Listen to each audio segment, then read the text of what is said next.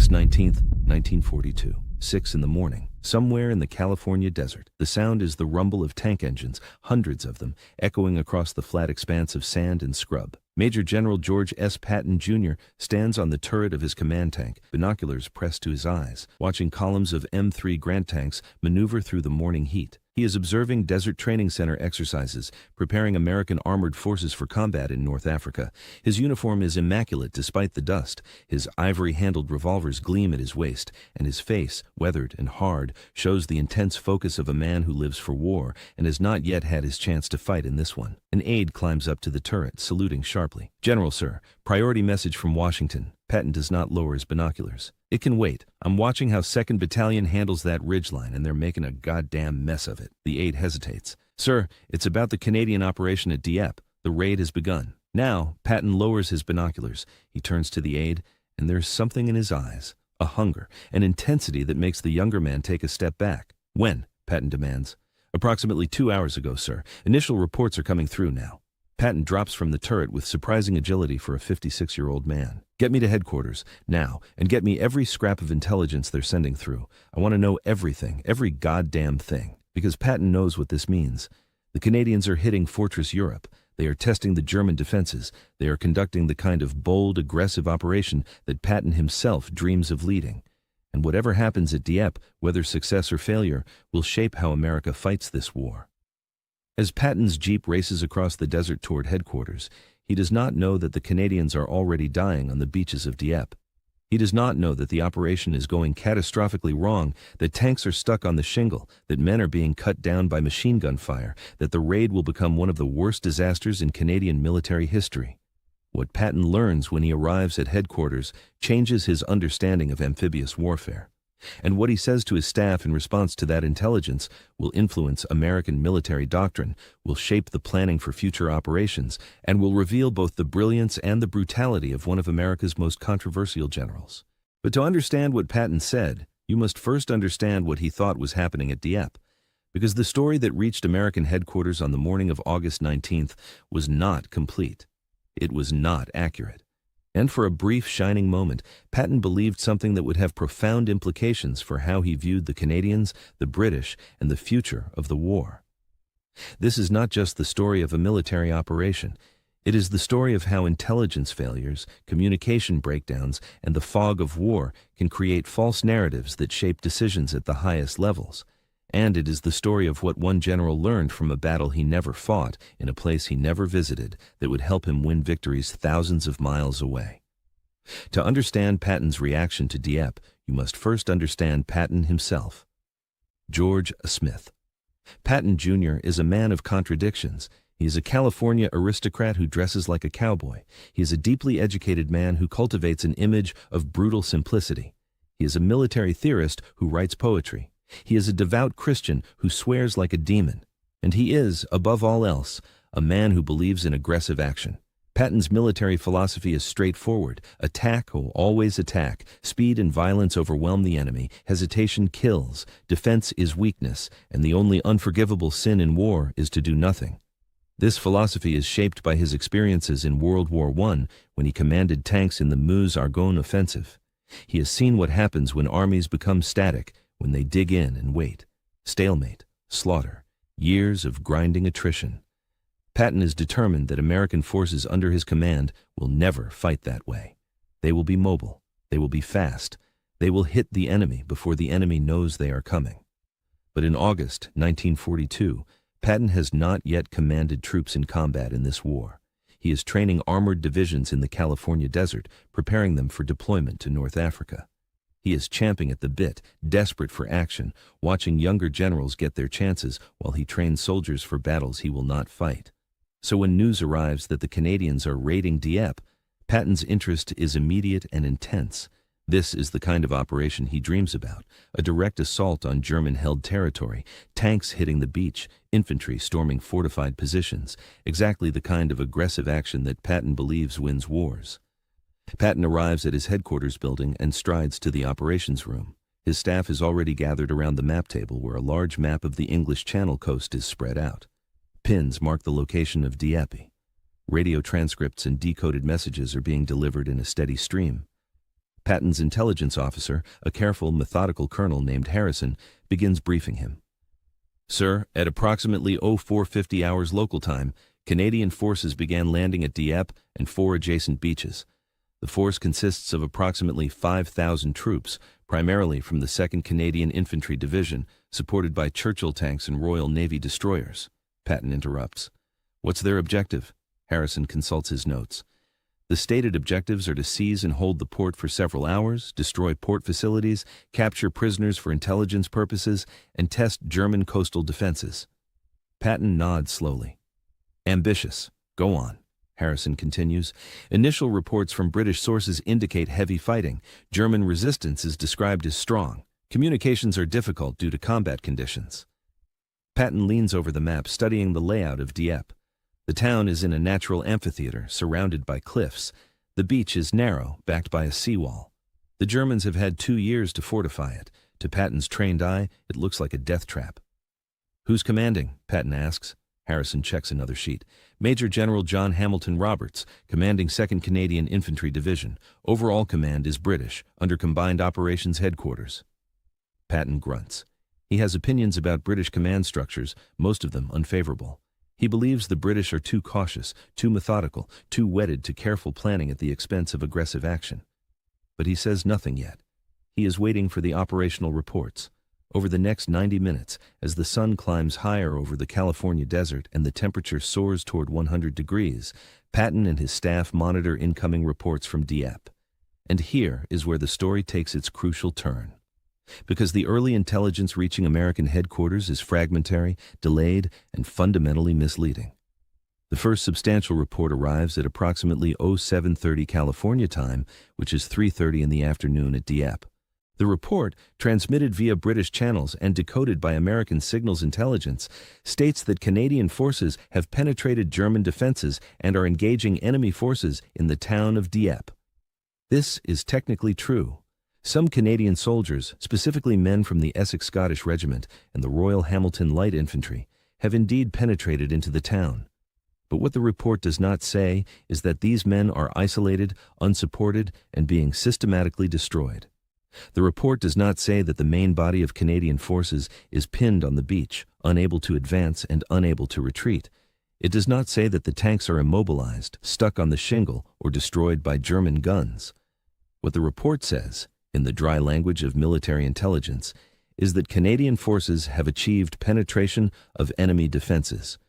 And Patton, reading this report, believes he is witnessing a successful assault. He says to his assembled staff, his voice hard with satisfaction, "The Canadians have broken through. They're in the town. That's how you do it. Hit hard, hit fast, get off the beach before the enemy can react."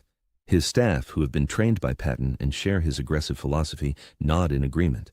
This is exactly what they have been practicing in the desert: rapid movement, overwhelming firepower, speed over caution. A second report arrives at 0800. This one contains a time reference that will prove crucial to the story. It states that Canadian forces achieved penetration of coastal defenses at approximately 0520 hours Dieppe time. Patton's intelligence officer does the math. Sir, if they landed at 0450 and penetrated by 0520, that's 30 minutes from landing to breakthrough. 30 minutes. Patton stares at the map, 30 minutes from hitting a fortified beach to breaking through into the town. It is an extraordinary achievement, the kind of aggressive, successful assault that Patton has been preaching about for months. If true, it validates everything he believes about warfare. He turns to his staff, and what he says next will be repeated, in various forms, in staff colleges and military histories for decades to come. Gentlemen, pay attention to what you're seeing here. The Canadians have just demonstrated how to conduct an amphibious assault, 30 minutes from beach to breakthrough. Do you understand what that means? His staff waits. They know Patton is about to deliver a lesson. It means aggression works, Patton continues, his voice rising with intensity. It means you don't sit on a beach and get shot to pieces. You move. You attack. You give the enemy no time to react. 30 goddamn minutes. He points at the map. The British have been telling us that amphibious assaults require careful preparation, methodical advance, naval bombardment for hours before landing. Bullshit. The Canadians just proved it. Hit hard, hit fast, accept casualties, and break through before the enemy knows what hit them. Patton paces the operations room, his boots clicking sharply on the concrete floor. His staff watches him, mesmerized. When Patton is in this mode, when he is teaching and preaching his philosophy of war, he is magnetic. "I want every officer in this command to understand what happened at Dieppe," Patton says. "The Canadians did what we're going to do in North Africa. They didn't hesitate. They didn't wait for perfect conditions. They attacked, and they succeeded." He pauses, and his face hardens even more. "And if the Canadians can do it, American soldiers damn well better be able to do it. We're not going to be shown up by a Dominion army." This last comment reveals something important about Patton's worldview. He respects the Canadians as fighters, but he also sees them as competition. America is a latecomer to the war. The British have been fighting since 1939. The Canadians have been training and preparing for years. Patton is acutely aware that American forces are untested. He is determined that when American soldiers enter combat, they will perform at least as well as their allies, better if possible. The Dieppe raid, as Patton understands it at this moment, is a benchmark. The Canadians broke through in 30 minutes. American forces must be prepared to do the same or better. He spends the next hour lecturing his staff on the lessons of Dieppe. Speed is essential. Naval gunfire support is helpful, but not decisive. Armor must get off the beach immediately. Infantry must not go to ground on the beach, but must push inland regardless of casualties.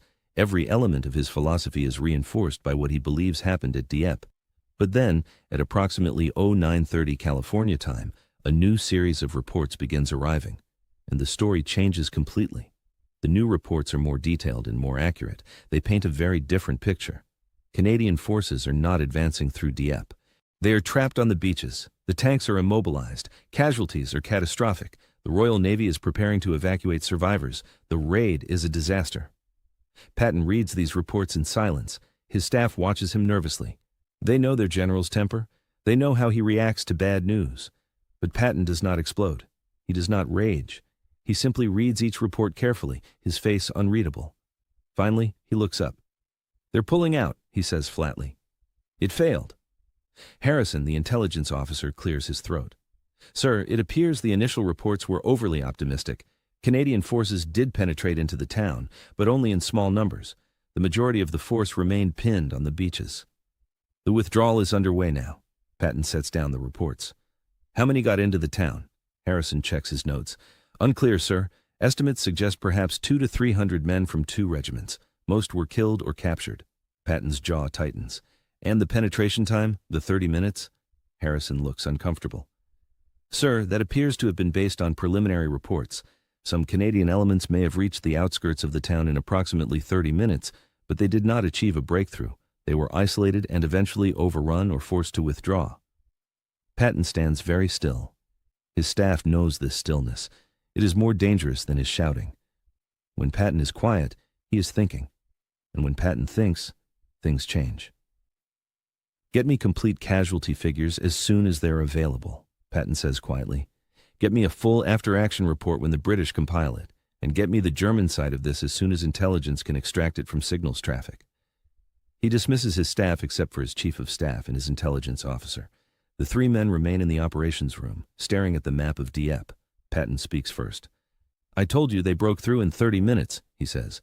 "I was wrong." Harrison starts to respond, but Patton cuts him off. "I was wrong because I believed what I wanted to believe. I saw what I expected to see, aggressive action leading to rapid success, but it didn't happen that way." He turns to face the 2 officers. "That's lesson 1 from Dieppe. Don't trust initial reports. Don't build theories on incomplete intelligence. Wait for facts." He pauses. "But I'll tell you something else. Those Canadians who did get into the town, those 200 or 300 men who penetrated the defenses, they did something extraordinary. They broke into a fortified German position under fire. They did it quickly, and they did it against odds that should have stopped them cold." Patton walks to the map and traces the beach at Dieppe with his finger. "So the question is, why did some of them succeed while most of them failed? What was different? What can we learn?" This is Patton at his best. Not the theatrical general who slaps soldiers and makes inflammatory speeches, but the serious student of warfare who analyzes battles to understand what works and what doesn't. Over the next several days, as more complete reports from Dieppe filter through to American headquarters, Patton conducts his own analysis. He compiles information from British sources, from decoded German communications, from interrogations of the few Canadian survivors who make it back to England. And he reaches a series of conclusions that will shape American amphibious doctrine for the rest of the war. On August 22nd, 3 days after the raid, Patton calls a meeting of all senior officers at the Desert Training Center. Over 40 colonels and generals crowd into the briefing room. Patton stands at the front. Behind him, a large map of Dieppe, marked with colored pins showing Canadian landing sites, German defensive positions, and the routes taken by the assault forces. He does not begin with pleasantries. Dieppe was a disaster, Patton says bluntly. The Canadian 2nd Infantry Division was destroyed. Early estimates suggest over 60% casualties, killed, wounded, or captured. Of 5,000 men who landed, fewer than 2,000 made it back to England. The room is silent. Everyone has heard rumors, but this is the first official confirmation of the scale of the catastrophe. I'm going to tell you what happened at Dieppe, Patton continues, not because I want to criticize our allies. The Canadians are brave soldiers. They fought well. But because we need to learn from their mistakes so we don't repeat them. He turns to the map. First, timing. The raid was supposed to begin at 0450, just before dawn. This would give the assault force some darkness for approach, but enough light to see what they were doing on the beach. Good theory. But in practice, delays meant some units landed late, in full daylight, with no element of surprise. Lesson. In amphibious operations, timing is everything. If your schedule slips, you may need to abort rather than continue into certain disaster. Patton moves to the next point. Second, air and naval support. The RAF flew over the beaches. The Royal Navy shelled German positions. But it wasn't enough. The German bunkers survived. The machine gun nests survived. And when the Canadians hit the beach, they ran into intact defenses. Lesson: you cannot rely on air and naval bombardment to destroy fortifications. You need overwhelming fire support, or you need specialized equipment to deal with bunkers. He points to the section of the map showing the main Dieppe beach. Third, the beach itself. Dieppe has a shingle beach, large stones that are difficult to cross on foot and impossible for tanks. Intelligence said the tanks could handle it. Intelligence was wrong. The Churchill tanks got stuck. Most never moved more than a few yards from where they landed. Without armor support, the infantry was slaughtered. Lesson: understand your terrain. Actually understand it. Don't just read reports about it. If possible, get samples. Test your equipment on similar terrain. Know what you're getting into. Patton's voice rises slightly. Fourth, and this is critical, the Canadians did not fail because they lacked courage. They failed because the plan was flawed from the start. You cannot attack a fortified port head-on without overwhelming superiority in firepower. You especially cannot do it with the limited forces and limited time that the Canadians had. He lets this sink in. Now, here's what the Canadians did right, and you will pay attention to this because it may save your lives. Patton points to markers on the map showing Canadian penetration routes.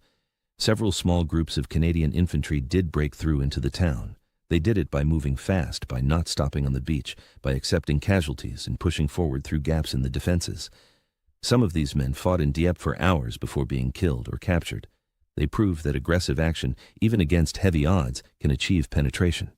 But penetration is not breakthrough. You can get into an enemy position, but if you can't exploit it, if you can't widen the gap and bring up reinforcements, you'll be isolated and destroyed. That's what happened to the Canadians who reached Dieppe town. Patton pauses, looking at his assembled officers. So what do we take from this? What are the real lessons of Dieppe? He ticks them off on his fingers. 1. Amphibious assaults against fortified positions are extremely difficult and costly. Don't do them unless you absolutely have to. 2. If you must do them, use overwhelming force. Don't be clever. Don't be economical. Bring everything you have. 3. Speed matters. The Canadians who moved fastest off the beach had the best chance of survival. The ones who hesitated died. 4. Equipment matters. Make sure your tanks can handle the terrain. Make sure you have tools to breach obstacles. 5. Accept that you will take casualties, heavy casualties. If you can't accept that, don't launch the operation. One of the colonels raises his hand. Sir, does this mean we should avoid amphibious operations? Patton's eyes flash. Hell no. It means we need to do them better than the British and Canadians did at Dieppe. We're going to hit North Africa with amphibious landings. That's not optional. But we're going to do it right. We're going to learn from Canadian blood so we don't spill as much American blood. Another officer speaks up.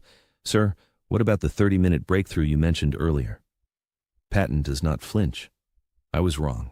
Some Canadian elements may have penetrated German lines quickly, but it wasn't a breakthrough.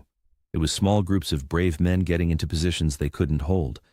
I mistook penetration for success. Don't make that mistake. Don't confuse movement with victory. He looks around the room. But here's what I will say about those 30 minutes.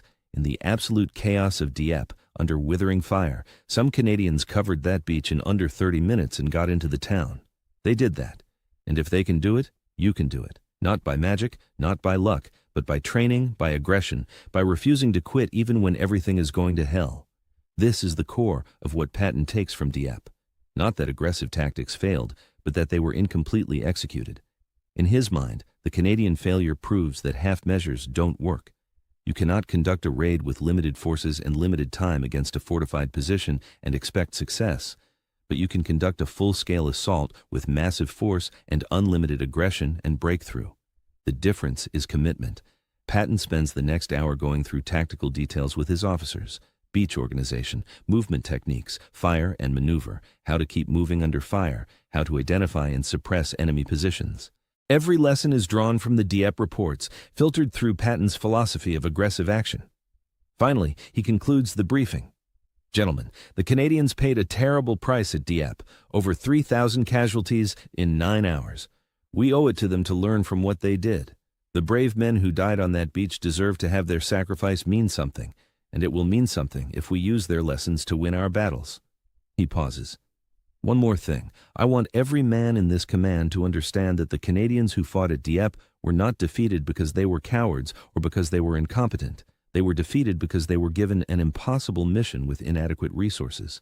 But they went anyway. They fought anyway. And some of them died trying to do the impossible, because that's what soldiers do.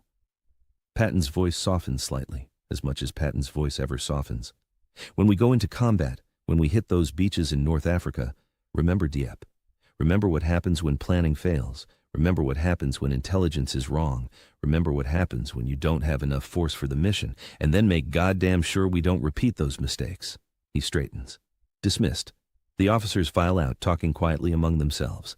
Patton remains in the briefing room with his chief of staff. The two men stand looking at the map of Dieppe. You think they'll learn, sir? The chief of staff asks. Patton shrugs. Some will, some won't. But we'll keep teaching until they do, because the alternative is American boys dying on beaches like the Canadians did. He traces the beach at Dieppe one more time. You know what the worst thing about Dieppe is? It didn't have to happen. The intelligence was bad. The plan was flawed. The Germans were too strong. But the British command approved it anyway. Sent those Canadian boys to die in a raid that had no chance of success. Patton's jaw clenches. That's not going to happen to American soldiers under my command. I'll accept casualties. I'll accept losses. But I will not send men to die in operations that can't possibly succeed. That's not courage. That's murder. Over the following months, as Patton prepares for Operation Torch, the invasion of North Africa, the lessons of Dieppe shape his planning. He insists on overwhelming force at the landing sites. He demands extensive naval gunfire support, far more than the British used at Dieppe. He requires detailed terrain intelligence, including actual sand samples from North African beaches, to test whether American tanks can handle them. He drills his troops relentlessly on beach assault techniques, emphasizing speed and aggression, but also proper organization and fire support. When Operation Torch is launched in November 1942, American forces land at 3 points in French North Africa: Casablanca, Oran, and Algiers. The landings are opposed by Vichy French forces, not Germans, and resistance is lighter than expected. But Patton's insistence on proper preparation, learned partly from the Dieppe disaster, helps ensure that American casualties are relatively light. After the North Africa landings, Patton continues to study Dieppe. He reads the official British report when it is finally compiled. He reads German after-action reports captured by Allied intelligence. He even reads accounts from Canadian survivors who eventually return to action and share their experiences. And Patton's opinion evolves. Initially, he saw Dieppe as a tactical failure, but a validation of his aggressive philosophy. Later, he comes to see it as a necessary disaster, a terrible but valuable lesson that saved lives in future operations. In 1943, preparing for the invasion of Sicily, Patton incorporates more Dieppe lessons. He insists that the American beaches in Sicily be selected for their tactical advantages, not their proximity to objectives. He demands that assault units be given achievable missions, not impossible tasks. And he emphasizes that commanders on the ground must have authority to adapt to changing conditions, not be locked into rigid plans. The Sicily landings, though not without problems, are far more successful than Dieppe. American forces get off the beaches quickly, establish beachheads, and begin pushing inland. Casualties, while significant, are far lower than they would have been without the lessons learned from the Canadian disaster. Patton himself later writes in his diary, in an entry dated July 1943, about Dieppe. The entry reveals his mature understanding of what happened there. Studied the Dieppe operation again. A brave but futile effort. The Canadians were sacrificed to test German defenses and to learn lessons. They learned them at the cost of thousands of casualties. We have benefited from their sacrifice. Every American soldier who survives a beach landing owes something to the Canadians who died at Dieppe. They showed us what not to do. That is a harsh but necessary lesson. Patton goes on to write about the 30-minute breakthrough that he initially believed had occurred. I was wrong about the speed of the Canadian penetration at Dieppe, but I was not wrong about the principle. Speed and aggression are essential in amphibious warfare. The Canadians who did penetrate German lines did so by moving fast. They died because they were unsupported, not because they moved quickly. The lesson is not to slow down, but to ensure that rapid advance is backed by adequate force. This is Patton at his most insightful. He can admit error while still maintaining his core beliefs. He can learn from failure while still advocating for aggressive action. By 1944, as the Allies prepare for D-Day, Patton is not directly involved in the Normandy planning. He is commanding a phantom army as part of the deception operation to convince the Germans that the invasion will come at Calais. But his influence is felt throughout the planning process because so many American commanders have trained under him and absorbed his lessons, including the lessons he extracted from Dieppe. On June 6, 1944, when Allied forces land in Normandy, they do so with overwhelming force, extensive naval and air support, and detailed planning that reflects everything learned from Dieppe. The landings are successful. Casualties, while heavy at Omaha Beach, are far lighter than they were at Dieppe relative to the size of the force. The Allies establish a permanent foothold in France, and the invasion succeeds where the Dieppe raid failed. Patton, watching from England, knows that Canadian blood spilled at Dieppe 2 years earlier helped make D-Day possible. In July 1944, Patton finally gets his chance. He takes command of the Third Army and breaks out of Normandy in a massive armored thrust across France. His forces move with the speed and aggression he has preached for years. They cover hundreds of miles in weeks. They liberate towns and cities. They destroy German armies, and Patton's success validates his philosophy of warfare. But the lessons of Dieppe remain with him. When his staff proposes operations that seem too risky or based on inadequate intelligence, Patton sometimes invokes Dieppe. "Is this another Dieppe?" he asks. "Are we sending men to die in an operation that can't succeed?" It becomes his shorthand for a flawed plan. After the war, in his memoirs and in interviews, Patton speaks about Dieppe several times. He is always respectful of the Canadian soldiers who fought there. He never criticizes their courage or their performance, but he is harsh in his criticism of the planning and the decision-making that led to the raid. In one interview in 1945, Patton is asked what he learned from studying other nations' military operations. He mentions Dieppe specifically. "The Canadians at Dieppe taught us that courage alone is not enough. You need proper planning, adequate force, and realistic objectives. But they also taught us that determined soldiers can penetrate strong defenses if they move fast and don't quit. Both lessons are valuable." The interviewer asks about the 30-minute breakthrough. Patton smiles slightly. "That was a misunderstanding based on early reports. I thought the Canadians had broken through in 30 minutes. They didn't. But some of them got very far very fast, which proved that speed matters. I was wrong about what happened, but I wasn't wrong about the principle.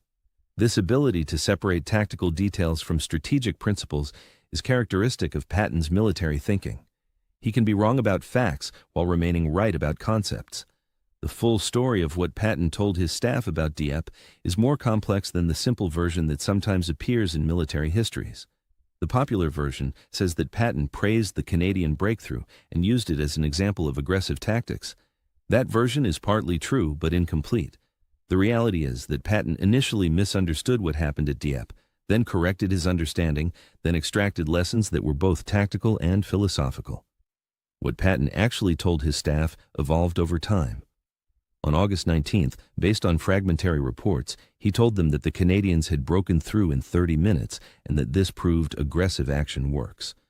On August 22nd, with more complete information, he told them that Dieppe was a disaster, but that specific lessons could be extracted about speed, firepower, and the importance of proper planning.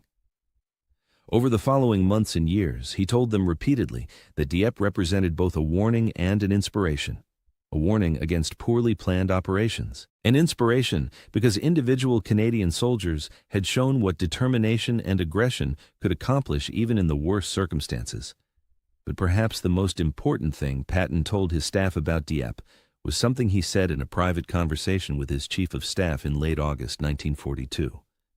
The conversation was recorded in the Chief of Staff's diary and provides insight into Patton's thinking. Patton said, "The Canadians proved something at Dieppe that people forget. They proved that soldiers will follow orders even when those orders are suicidal. They went onto those beaches knowing the odds were against them. They fought knowing they were probably going to die. That's the kind of courage that wins wars. But it's also the kind of courage that commanders can waste. We have a responsibility not to waste it. Every time we issue an order that sends men into combat, we need to make damn sure the mission is worth their lives." This is Patton, the philosopher of war, not just Patton, the aggressive tactician. He understood that the Canadian disaster at Dieppe was not just a military failure, but a moral failure of leadership. Someone had approved an operation that had little chance of success. Someone had sent 5,000 men to attack fortified positions with inadequate support, and that someone was responsible for the 3,000 casualties. Patton was determined not to be that someone. Throughout his combat commands, Patton was known for pushing his troops hard, for demanding maximum effort, for accepting high casualties in pursuit of victory. But he was also known for refusing missions he considered impossible, for arguing with superiors when he thought orders were flawed, for adapting plans when circumstances changed.